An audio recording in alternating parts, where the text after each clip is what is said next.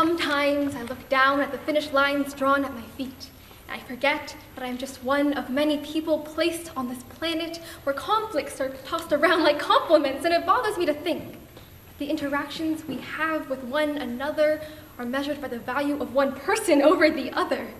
When we spend so much time living out our limited days, trying to pursue a career that pays, away the pain. I mean, a lifetime of work for a few minutes of play, taking extra shifts to buy back our time.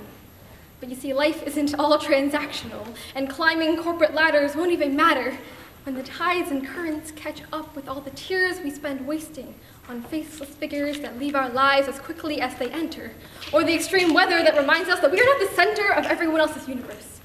like changing policies and school shootings that make politicians think that they are. Before crime and hate take over our lives, like the kids my age who carry around knives for protection, nurtured in a world that keeps sending them rejections, kids who now watch fake news instead of after-school cartoons. We are not just parts of a whole made for reasons unknown, given only a fraction of time to make our lives as meaningful as we want it to be. Too bad it's hard to see past the finish line when we're so focused on staying in the race, when not winning first place means it's not worth running. And I am a byproduct of war that created two people from opposing ends able to mend a conflict they didn't even create